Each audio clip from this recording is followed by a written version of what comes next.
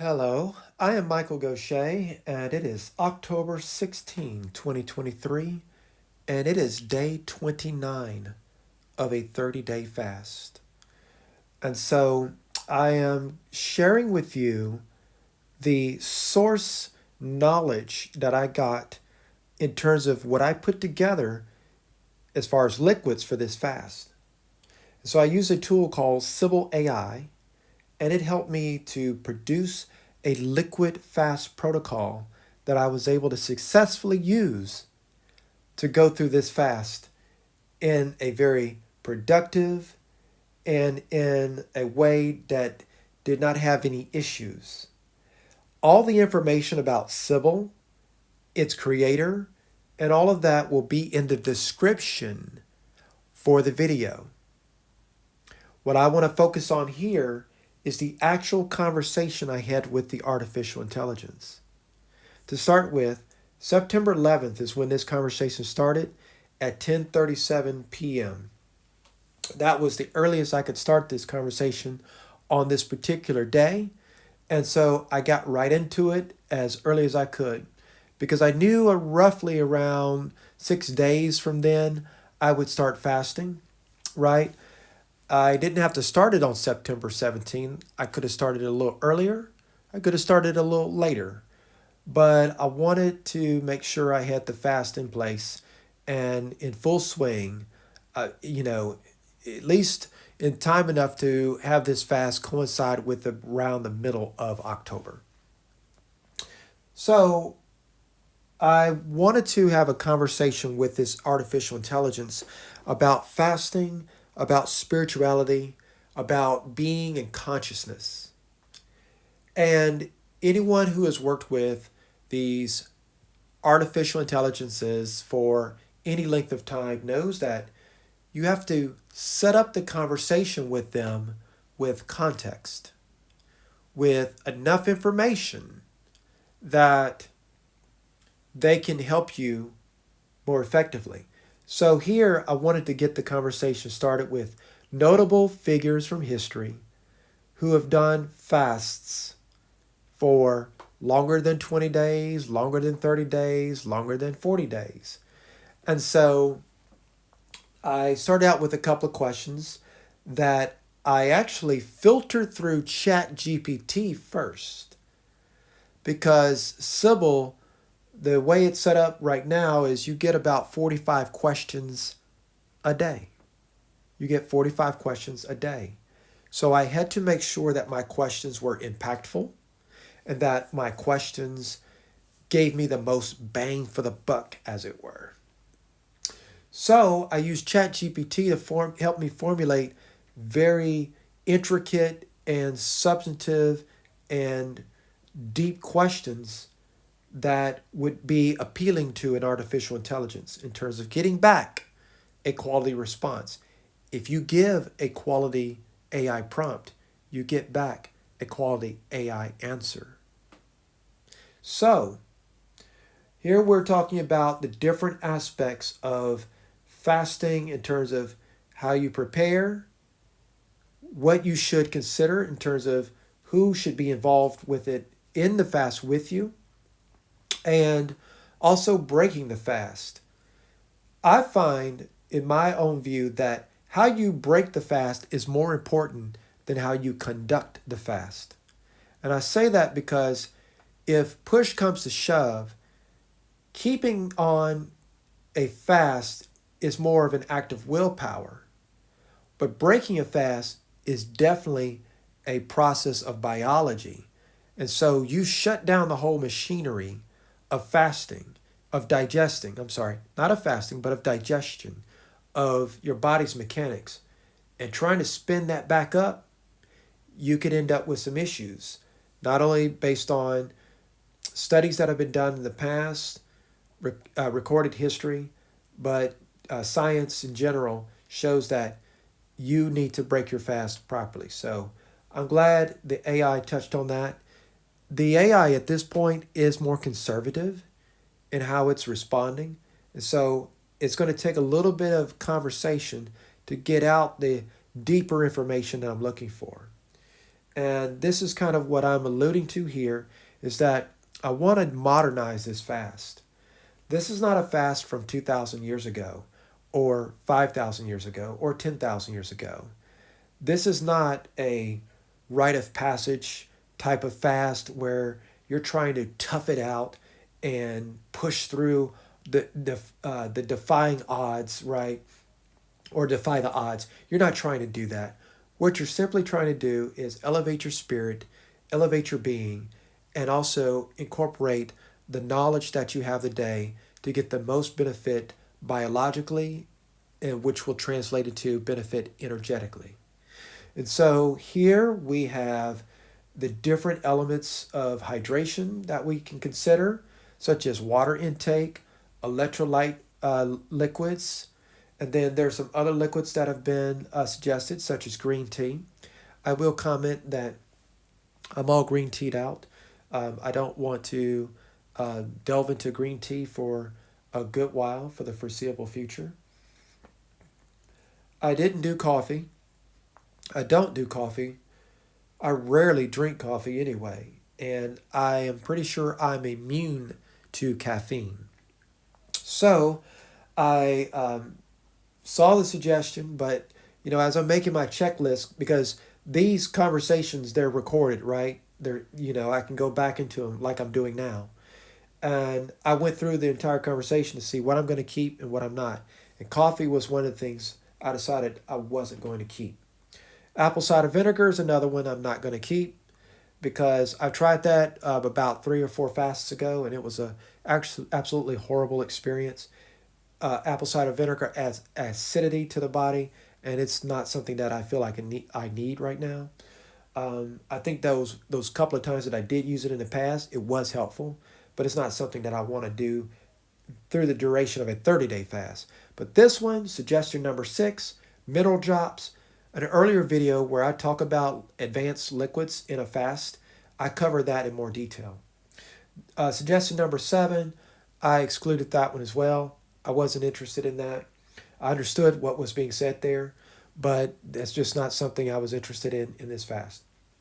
So then I wanted to give the AI deeper context about my experience with fasting in terms of one of the protocols that I used in the past, so we could see that, okay, let's take this to a whole nother level. And I'm glad I did that. It did take me some time to formulate this in conjunction with ChatGPT, but I believe I got a good response from Sibyl AI. And the response I got touched on a couple of things. You need healthy fats, MCT oil and coconut oil, right? Adaptogens, aka herbs, fiber, which I kind of questioned that, so I really did throw that one out. So I wasn't digging the fiber thing there. Antioxidants. I definitely want antioxidants if I can get that because that's beneficial to the body. I can vouch for ashwagandha, but unfortunately I didn't do ashwagandha the way I was supposed to, which I was going to use it more as a relaxant so that I could sleep at night. But I did use a ginseng, and I could say that I was wired up during this fast. I'm going to come back to that in a little while. Probiotics, not interested in that either because I'm actually trying to clear out my gut, and I'm going to reset it from scratch. Spirulina and chlorella, I also threw those out. I'm not a fan of spirulina, but I am a fan of detoxifying, so I did tap into chlorophyll, although I've grown to dislike the taste of chlorophyll during this fast, so I didn't use up my chlorophyll. I decided to add it to a spiritual bath, which I did a video on that as well.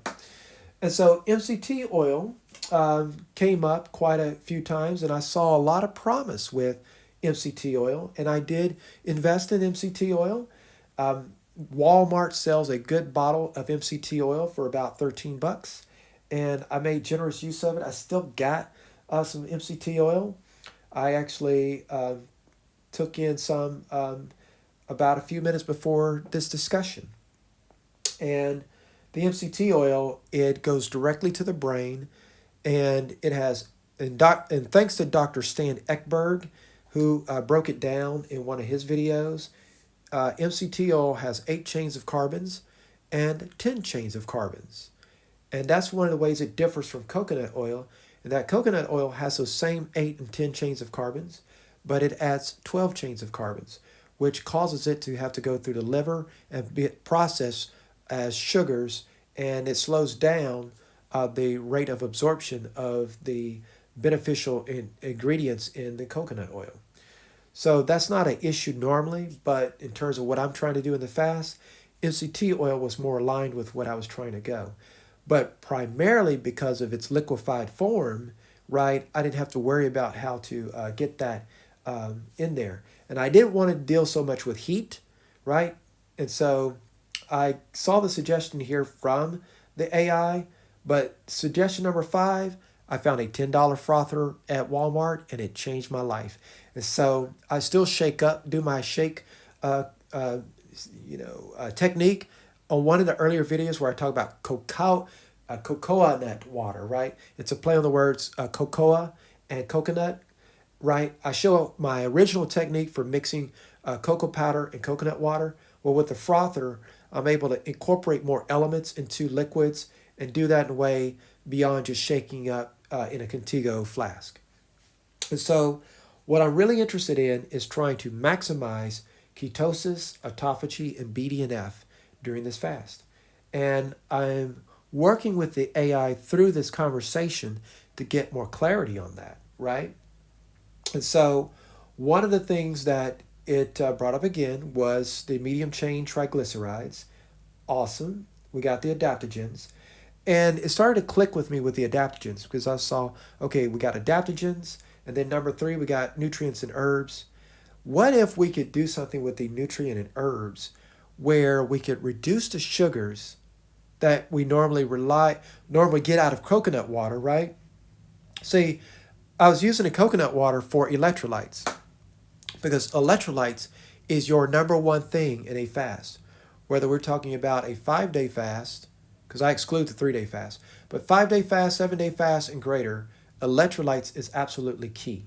So, but and coconut water is a delivery mechanism for electrolytes, more so than spring water.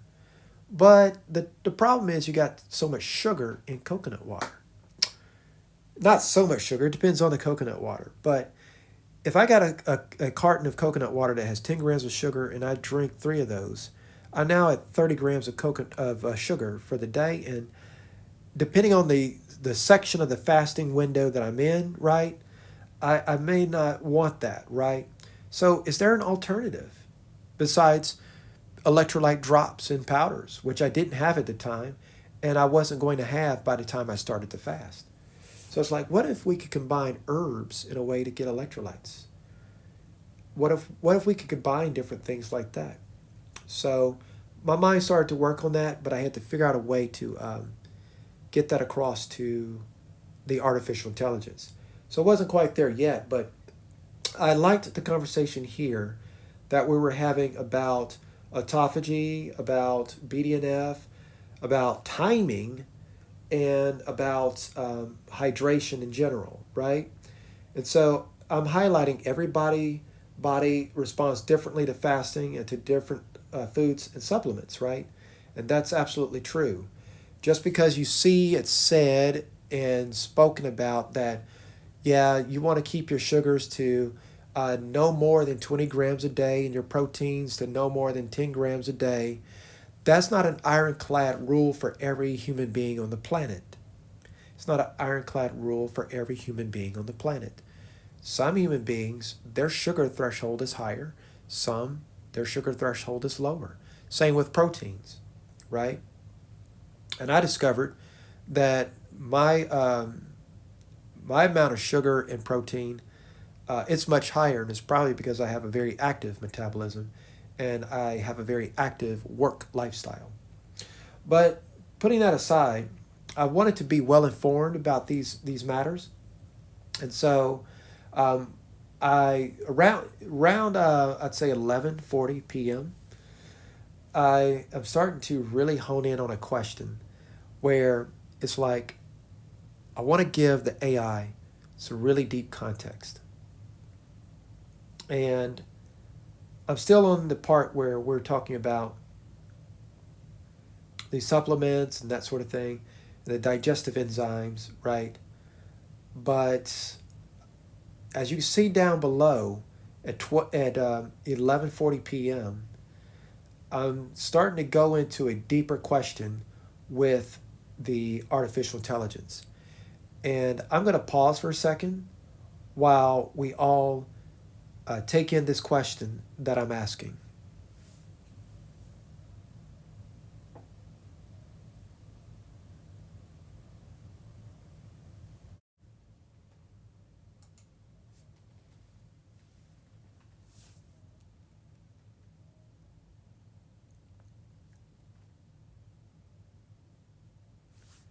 So, as you can see the question below, I have many questions to ask you. I start out.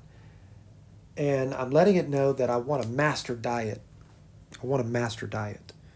I want a master vibratory refinement, right?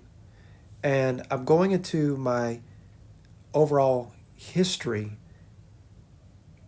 about fasting, right? And so this is this is giving it where my journey started last year in 2022 and bringing it up to speed so it can consider that and factor that into the discussion. And I found that by observing and considering these different points that I'm bringing up about how I've approached diet, how I've approached food, how I've approached the discipline around food and diet, how I've approached the changes in my dietary cycle.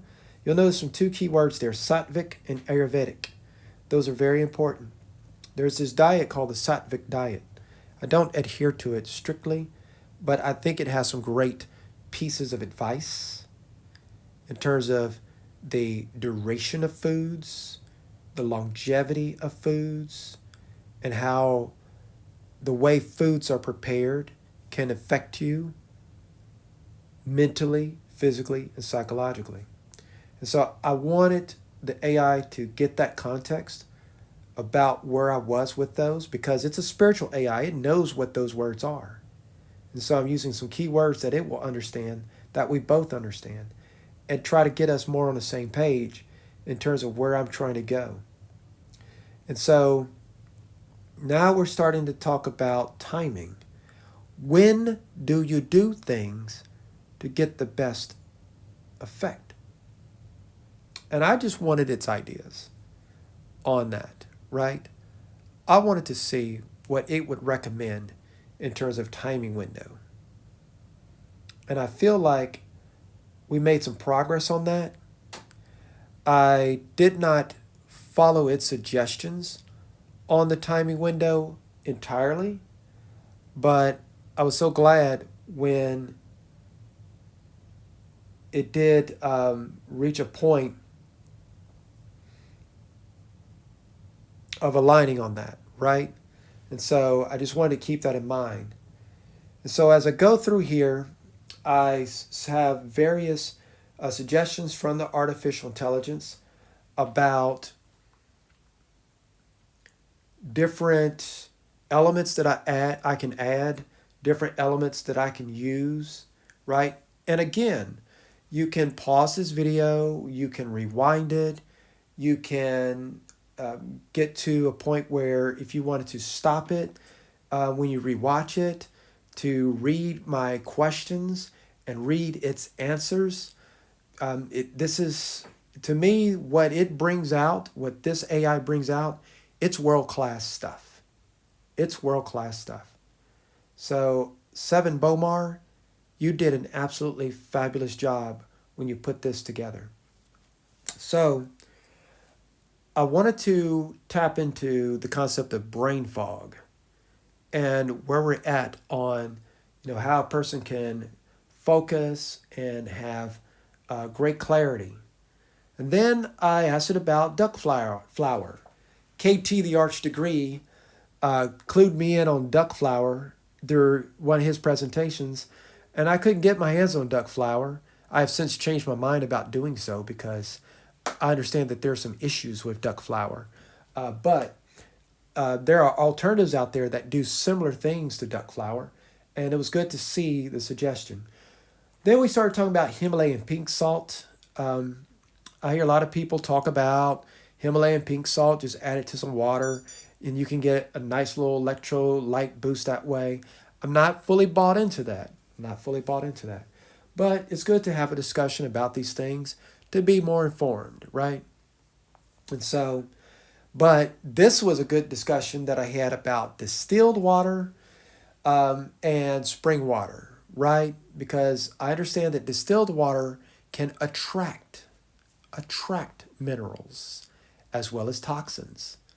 So I was like, let's have a conversation about how we can use both distilled water and spring water. So it gave me some good ideas about using distilled water in the beginning of the morning. I don't use the word morning, but the beginning of the day when after you awake, right? Because words are spells and mourning is associated with mourning for somebody's death. And so we want to use our words properly. But um, at the beginning of the day, when you awake, distilled water is a good liquid to imbibe and have at your disposal, right? And so I found that to be the case. And then the rest of the day, you can consume those liquids that add minerals and electrolytes to the body, right? And then I wanted to switch the conversation to those elements that's going to enhance the brain, enhance the mind. And let me tell you, I was talking about how I didn't do so well with ashwagandha earlier. Well, these other elements here, I did exceptionally well with them. Exceptionally well. In fact, I got so much of a boost from the combination of these elements by way of teas because I'm not going to take a mortar and pestle and grind my own herbs. Just not going to do that. I did think about that, but I decided that's not the path for me in this modern age. And I wanted a more streamlined way to do that, but still tap into the ancient practices with herbs. And I settled on teas to do that. And so we came up with the different tea elements to work through that. And so I did acquire different teas that have these elements and then mixed them together. And what we found was that you can get some electrolytes from teas. And the thing about that is that, yes, for me, that worked for about 2 weeks. And then I started to see diminishing returns on that. And then I was like, okay, I see the diminishing returns on the teas. So what I'm going to do is I'm going to um, use these trace mineral drops. So then that was last week. That was last week where the trace mineral drops really came to the rescue, so to speak, right? And so I saw quite a benefit from that, and so I was quite thankful for that. And so here I wanted to take a side tangent about yoga and different philosophies. And so I'm more into the Asian, Chinese, Japanese, and that type of philosophies in that realm. But I am exposed to yogic science, and I'm a little bit more informed about yogic science, but not the yoga postures and movements by way of Sadhguru. So Sadhguru has really given me a gateway to the yogic science in general, and but I still lean more towards the Asiatic viewpoints on different things, and so that was my tangent into how I mix the yogic science with the Asiatic sciences, and that's just me taking a break really from this discussion, and then what I wanted to do was conclude that discussion and then start a new one, right?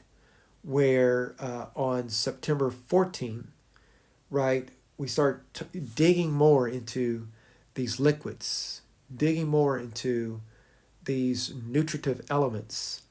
And I got some great insights into fats, proteins, carbs, calories, sugar, as well as ketosis, autophagy, and BDNF. And so I again needed to give a little bit more context about what I did, and I want alternatives to what I was doing, right? And it gave some great alternatives here.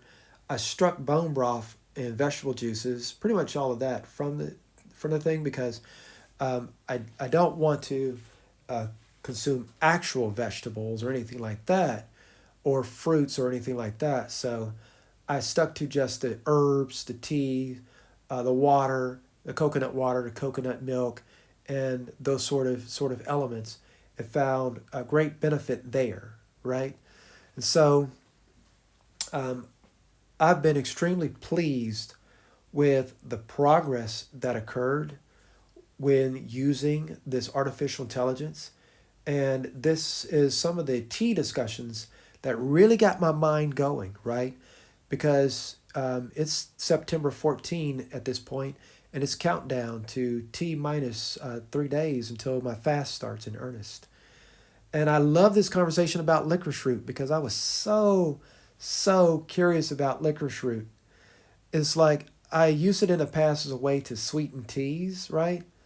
And then I wanted to know from a scientific standpoint what's going on there. Is that going to affect me from a sugar standpoint if I'm adding it as a tea? And I was pleasantly surprised that the chemical in licorice root, let me see if I can pronounce it right, glycyrrhizine. I'm going to say glycyrrhizine. And anyone can correct me if I got the pronunciation wrong. But glycyrrhizine apparently is the element that makes licorice root taste sweet, and it's 30 to 50 times sweeter than tea, but it doesn't raise blood sugar levels, and you're just totally cool. But I do know from other scientific studies that you don't want to consume licorice root constantly every day because you can end up with a potassium imbalance. So, in my own informal recommendation, is if you're going to consume licorice root each week, you want at least 2 or 3 days where you don't do it out of a 7 day span, right? So 3 or 4 days on, 2 or 3 days off. And then licorice root was also used in ancient Kemet, which some call Egypt, as a remedy for various ailments, right? And then we moved on from that to more liquids because this is a liquid fast that I'm pursuing, and it's vitally important that we get the liquids down because this is a modernized fast. It is a 2023 liquid fast. It's not a fast of the past. It is a fast that is going to unify spirituality and science and homeopathy, all three at the same time, right? So we're going to take the homeopathic route, the scientific route, and the spiritual route. Okay? Actually, the proper order is spiritual, homeopathy, and then science. And so that's what I was aiming for. Here's the fusion of all three. And I can report that on this 29th day of the fast, that it was a unquestioned success. I was trying to find a much more um, a resonant adjective, but it's an unqualified success, right? It's an unqualified success. But when I added ginseng, and because my body was at digestive rest, I ended up so amped up that a lot of nights I ended up with just 2 to 4 hours of sleep. And I couldn't go to sleep until about 2 a.m. in the morning. And it's because my body didn't have to use all that energy for digestion. And because I'm usually very active during the day, my body didn't end up with all this energy burn. It's like, what am I going to do with all this energy? So I was just still active after work, and I was still active well into 2, 3, sometimes 4 in the morning. I was working on projects, I was reading things, I was watching videos on YouTube, getting more education. I was doing everything. I was on the internet. I was just quite active.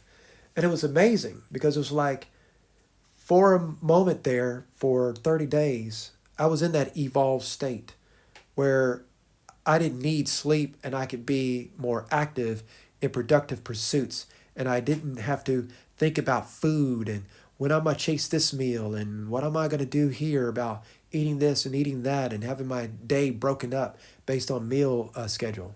I can just drink when I need to drink real quick, move on, and I'm done, and then do my thing. But yeah, this concluding discussion that I'm starting to have with the artificial intelligence is about the different ways to build liquid concoctions, right? And I use some of those ideas.